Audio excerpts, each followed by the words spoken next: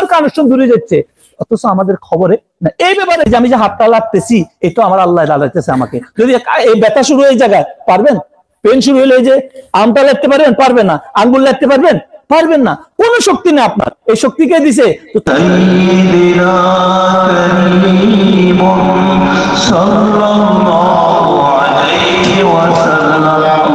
তখন আপনার মধ্যে বাহাদুরি আসবে না। তখন যখন কলব জিকির হবে, তখন আত্মার থেকে অটোমেটিক্যালি আপনার ভিতরে ইনফরমেশন আসতেছে, এলহাম আসতে দেখবে যে তুমি কিছুই না, তুমি জিরো, তোমার রব তোমাকে যা দিতেছে তার দ্বারা তুমি করতেছ।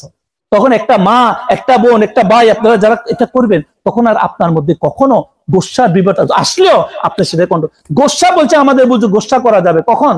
যখন আপনার নামাজ কাদা হয়ে গেছে, যখন আপনি আল্লাহর ইবাদত করতে ভুল করতেছেন, যখন আপনার দ্বারা কোনো ভুল হয়েছে, তখন সে জায়গায় আমাদের ছবি একা করে আমরাও রাগ করি, আমরাও ভুল দেখি। কোন আমারটা, আমার ভিতরেরটা, আমি অন্যটা দেখি না।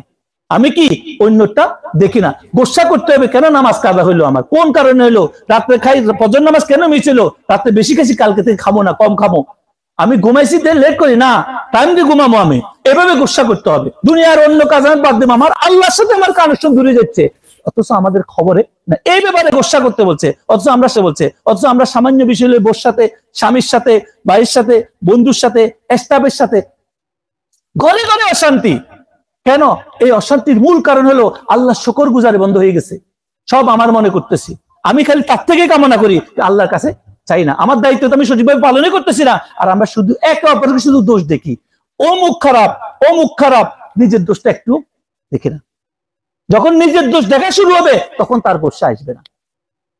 যখন উনি একটা বলছে গ্রাউন্ডিং, মানে নিচের দিকে দেখো, আপনি যখন আপনার আশেপাশে নিচের দিকে দেখবেন, এই দুইভাবে দেখা যায়। একটা হলো নিজের দোষ দেখা, আর একটা হলো আশেপাশে আপনি দেখেন আপনার মতো বহু লোক আছে, পা নাই, হাত নাই, চোখ নাই, কান নাই, ব্রেন নাই, কাজ করতেছে না, হায় হায় জন্ম নিছে একসাথে, অথচ এই ছেলেটা পাগল, আমি আল্লাহ দিয়ে সুস্থ আছি। তার ব্রেন কাজ করতেছে না, তার চোখ একটা নাই, তাকে দেখতে বিশ্রী লাগে। মা বোনদেরকে দেখেন, অনেক মেয়ে রাস্তার ধারে বাপমা লোকে যে চোখ একটা উল্টো হয়েছে, এই মেয়েটার কত কষ্ট। একটা মেয়ে চলতে পারতেছে না।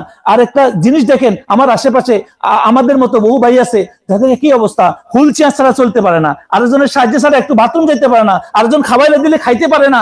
আশেপাশে সমাজে দেখেন আমাকে আল্লাহ পাক কত নিয়ামত দিছে। যখন আপনি এভাবে চিন্তা করবেন, নিচের দিকে তাকাইয়া, উপরের দিকে আপনার থেকে যারা ভালো আছে তাদের চিন্তা বাদ দেন। উপরের দিকে দেখতে আল্লাহ পাক নিষেধ করছে, নিচের দিকে দেখতে বলছে। যখন আপনি নিচের দিকে দেখবেন, আপনি ডাউনে দেখবেন, আপনি যাদের ইয়া করবেন, তখন আপনার মধ্যে শুকর গুজার আসবে, আর গোস্বা কখনো আসবে না।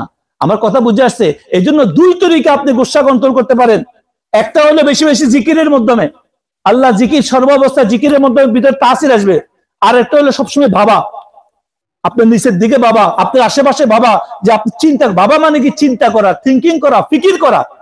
ভাববেন সবসময়, কিছুক্ষণ বসে বসে মরাকে ভাবেন, বসে বসে আল্লাহ তুমি আমাকে কত নিয়ামত দিছো, আল্লাহ আমি আজকে যে এই যে সকাল থেকে, সকালে যদি বসেন এই রাত্রে ঘুমাইলাম, গুনিয়া ফজর নামাজ পড়তে পারলাম, যদি ঘুম থেকে উঠতে না পারতাম, স্বপ্নে ঘুমের সময় তো আমি দেখেছি কালকে উঠবো, আমি আমার জব করব, মাস শেষে বেতন পাবো, এত মিলিয়ন কামাবো, এত সুন্দর বাড়ি কিনবো, এই লাম্বোর্জিনি কিনবো, এই ফেরারি কিনবো, এই টেসলা কিনবো, আমার বাড়িটা সবচেয়ে সুন্দর হবে, আমার গায়ে, এই স্বপ্ন দিকে ঘুমাইছি। যদি সকালে উঠতে না পারতেন, এগুলা হয়তো হবে? এগুলা কখনো হবে না। তো এই জিনিসটার জন্য শুকর গুজার কর, আল্লাহ তুমি তো রাত্রে থেকে আমার ঘুমের আরাম দিছো, ঘুম থেকে উঠছে, এখন বসতে পারছি, আমি কথা বলার শক্তি আছে। এখন আপনি যদি কথা বলতে না পারেন, পেটে ব্যথা শুরু হয়, অফিস যাইতে পারবেন?